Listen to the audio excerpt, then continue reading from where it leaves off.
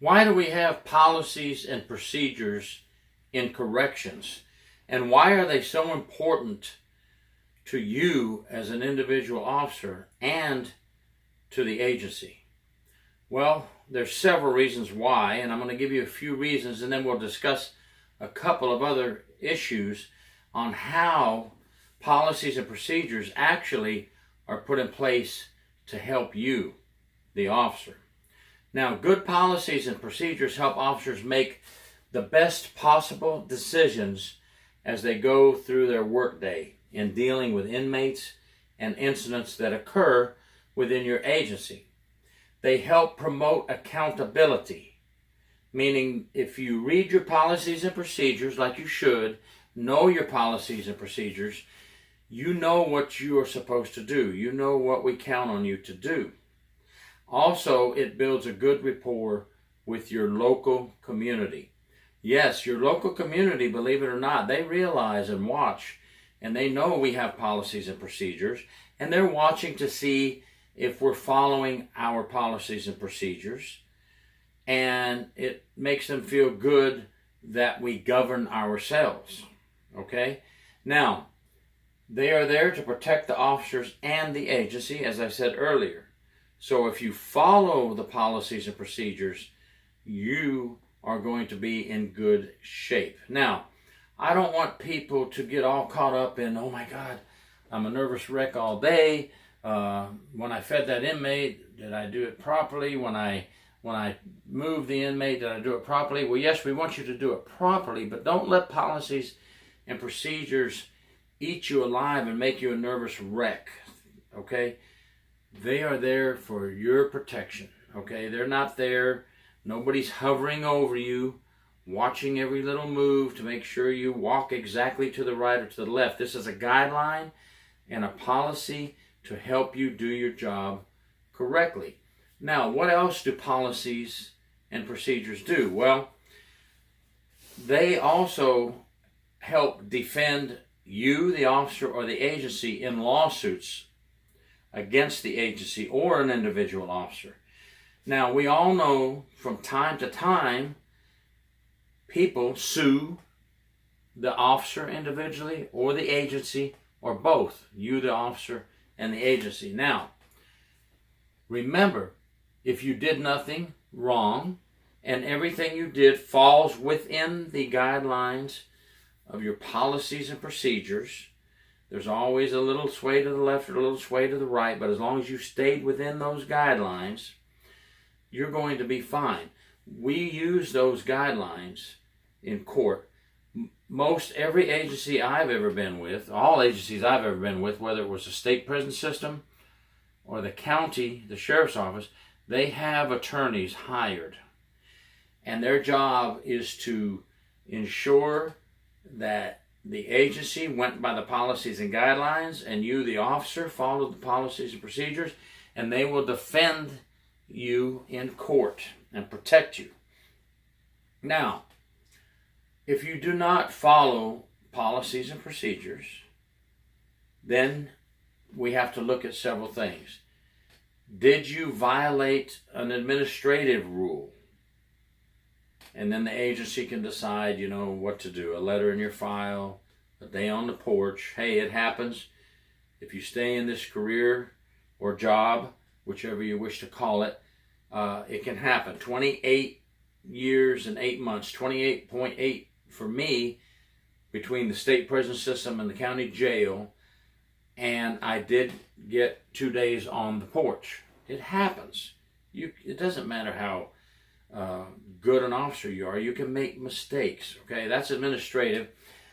And then you have policies and procedures and state laws. And if you violate any of the state laws, you could be charged criminally. So we don't want to do that, and we don't want to see people that do that. But you have seen people escorted out of your jail or out of your prison for violating a state law, doing something criminal within the jail. Definitely don't want to do that, and 99.9% do not do that, but we always have a rotten apple somewhere in the bunch from time to time. Okay, so those are things that could get you in trouble. And then civil. There are civil issues, and your policies and procedures, if you follow them, that will protect you from civil lawsuits. An inmate dies in our jail or in our prison. It happens all the time. Natural causes, or if you're in a jail, this happens more often in a jail. Inmates are high on drugs, and they die from the drugs they took before they came to book in. Now, you have them in your jail and they die the next night. People want to sue the agency. But if all policies and procedures were taken care of, they were booked in properly, they saw medical, they've been, everything was done according to policy and procedure, you are protected. So I'm just trying to give a couple of examples on why policies and procedures are so very important. Now here's another example. In the state prison system, I was a correctional officer, and then I became a senior prison inspector where for 12 years we conducted investigations. Now, false allegations are made very often against officers. By who? Well, false allegations are made by inmates the most. Sometimes we have another officer make a false allegation against a fellow officer. It's happened. Well, if you're following policies and procedures, you're protected, because as an investigator, I'm going to go in and I'm going to look at what they said you did. You have an allegation against you. And then I'm going to go pull the logs from your pods or dorms, and I'm going to see your activity, whether they're paper-written logs or more advanced logs that are typed in. We still have both throughout the country. And I'm going to read those logs to see what happened. And then I'm going to look at your policies and procedures for your agency. And I'm going to see if you violated any of those policies and procedures. Well, listen, we don't go in there as opposed to what people think. We don't go in there. We're going to dig and dig and dig and dig until we find something you did wrong. If you're within the policies and procedures, and we can see that, we're not going to dig anymore. It will be unsubstantiated, the allegation against you. That is why I say the policies and procedures are there to protect you. You know your policies and procedures, you follow them. When internal investigations come about, you're going to be protected by doing the right thing. And if you did the wrong thing, you did the wrong thing. Okay? In most cases, it's not criminal. And if you did something wrong and you admit it, you're going to be much better off. Because here in my state, in Florida, we have what we call the Florida Department of Law Enforcement. They must review all investigations on all officers across the state of Florida. If there are any allegations of wrongdoing and you violated a policy or procedure, they say 99% of the time you're not going to lose your job. But when you lie about it, then you'll lose your job. More people lose their job lying about something only because they're scared to get in trouble. If you did something, it's better to be upfront and get it out. And I know some of you are thinking, oh, I don't know if I'm... Yes, it is. If you tell the truth up front, you're always going to come out ahead. Now, if it's criminal, then I guess you better ask for an attorney. But if you are in the right, the policies and procedures will protect you. So that's what I'm trying to get across to everyone, is don't let the policies and procedures scare you. You're going to hear people say, they put the policies and procedures in place to burn us. They put the policies and procedures there to get us when they want us. No, that is not true at all. You're going to have people believe that and say that, and they're going to stick with that. Negativity. We don't need that. Don't listen to negative people. You want to come in, do your job, You want to know your policies and procedures, and you want to follow them. Now, if you're in doubt about something that is about to happen and you have time, ask a fellow officer who's been around for a while that you trust. Are we doing the right thing here? Don't go to a negative person and ask them. You'll dig yourself a deeper hole.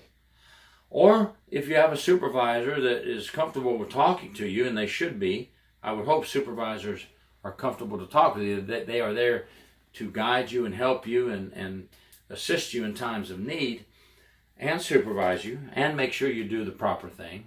But ask a supervisor, you know, I've got this situation and is it okay to do this or can I do that? Your supervisor may tell you, they may look at you and say, what does your policy and procedure say? And you may say, oh, I don't know. Your supervisor might then tell you, go read your policy and procedure and then get back with me. Well, don't take that as being belittled or put down. They're trying to get you to learn. Go read that policy and procedure, learn it, and then come back. Or your supervisor may say, listen, your policy and procedure states. Depends on your supervisor. Some are going to make you go learn it on your own. You always learn better when you go dig up the information and learn it.